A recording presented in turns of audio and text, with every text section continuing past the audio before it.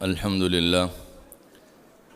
لله وكفى والصلاة والسلام على عباده الذين اصطفى لا سيما على سيد الرسل وخاتم الأنبياء وعلى آله وصحبه ومن بهديه مهتدى. أما بعد فأعوذ بالله من الشيطان الرجيم. بسم الله الرحمن الرحيم. وكذلك جعلناكم أمة وسطا لتكونوا شهداء على الناس ويكون الرسول عليكم شهيدا. صدق الله العظيم. انتہائی واجب الاحترام صدر مجلس محترم آغا جواد نقوی صاحب اور اسٹیج پر تشریف فرما معزز علماء کرام اور سامعین، السلام علیکم۔ آج کی یہ مجلس وحدت امت میں اصحاب رسول کے کردار کے عنوان سے معنون ہے۔ حقیقت یہی ہے کہ جب بھی اللہ رب العزت کے جانب سے بعثت رسول کا فیصلہ ہوتا ہے تو یہ ایسے دور میں ہوتا ہے کہ امت اپنی فطری حدود کو پامال کر چکی ہوتی ہے، اور حضور نبی اکرم صلی اللہ علیہ وسلم کے بعثت میں انسانیت کے لیے ایک مخصوص امت کا جو انتخاب ہے وہ امت محمدیہ صلی اللہ علیہ وسلم، جس کو امت وسط کہا گیا ہے۔ اور علماء کرام لفظ وسط کی تعبیر یوں کرتے ہیں کہ بنیادی طور پر اس کی سمجھ یوں آسان ہو جاتی ہے کہ پرکار سے دائرہ نکالتے وقت جو بنیادی نقطہ جہاں پر پرکار لگایا جاتا ہے وسط کا، تو وہ نقطہ ہر جانب سے دائرے کے لحاظ سے بالکل وسط میں ہوتا ہے۔ کسی ایک جانب بھی وہ نقطہ جھکا ہوا نہیں ہوتا، نہ مائل ہوتا ہے، تب وہ دائرہ بہتر بھی ہوتا ہے اور وہ نقطہ اپنے مقام پر بھی ہوتا ہے۔ لہٰذا امت وسط کا مقصد یہ ہے کہ یہ اپنے درمیان ضابطے اور اصول کو اس زاویے سے دیکھیں کہ وہ کسی ایک جانب بھی اس کا میلان نہ ہو۔ جو بنیادی فکر اور تعلیم ہے اس پر وہ کامل بنیادوں پر کاربند ہو۔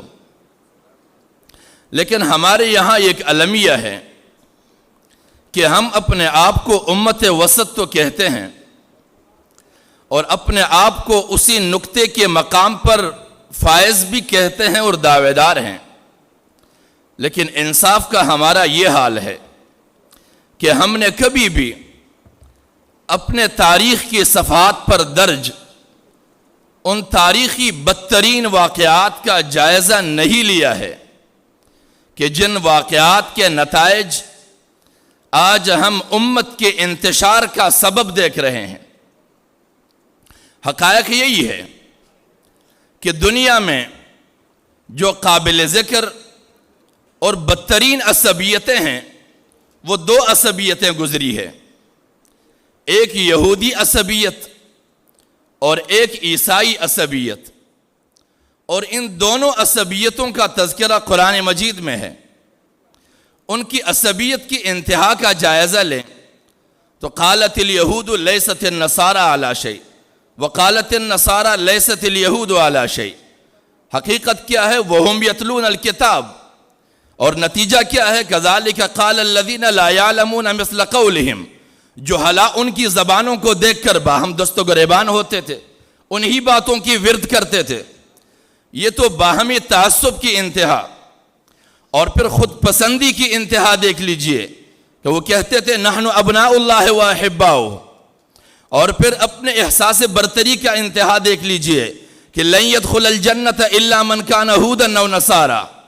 یہ ان کی ذہنیتوں کی عکاسی بیان کی گئی ہے، اور یہ اس لیے کی گئی ہے کہ وہ امت جو اپنے آپ کو محمد رسول اللہ صلی اللہ علیہ وسلم کی امتی کہلائیں، وہ اپنے آپ کو ان 3 بنیادی امراض سے باہر نکالے، لیکن نتیجہ کیا ہے کہ ہم نہیں نکل پائے۔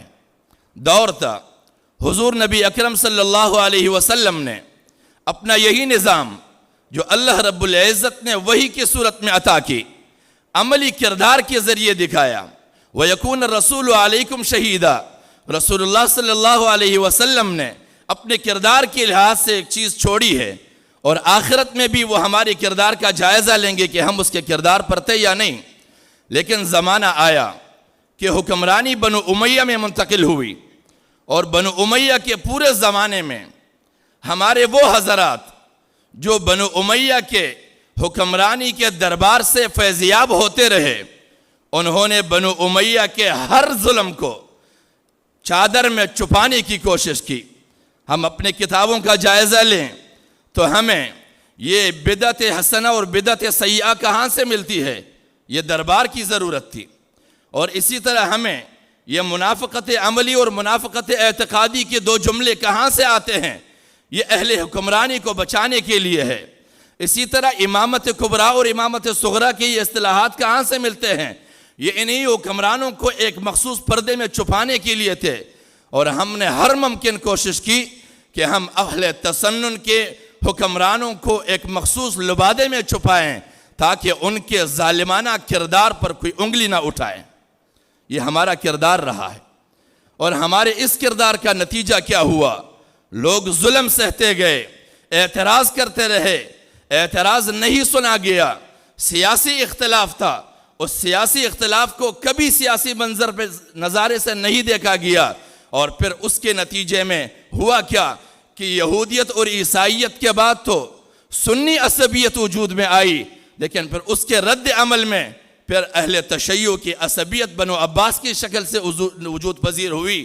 اور پھر جو بنو عباس کی حکمرانی تھی، پھر وہ جو مظالم کرتے رہے، اس کے دربار نشین اور ان کے دربار سے فیضیاب ہونے والوں نے ان کے لیے بھی اسی طرح لبادے سیلنے شروع کر دیے اور ان کو چھپاتے رہے۔ لیکن اب تو زمانہ بدل گیا ہے، نہ بنو امیہ کی حکمرانی ہے کہ سنی عصبیت کو برقرار رکھا جائے، نہ بنو عباس کی حکمرانی ہے کہ شیعہ عصبیت کو برقرار رکھا جائے، لیکن آج ایک تیسری قوت دنیا پر حکمران ہے جنہوں نے ان دونوں عصبیتوں کو ہمیشہ کے لیے برقرار رکھا ہوا ہے، اور ان قدیم عصبیتوں کے بنیاد پر ہمیں آج تک باہم دست و گریبان کر رکھا ہے، لیکن ہم نہیں سمجھ پا رہے کہ ہم کس کی خدمت انجام دے رہے ہیں۔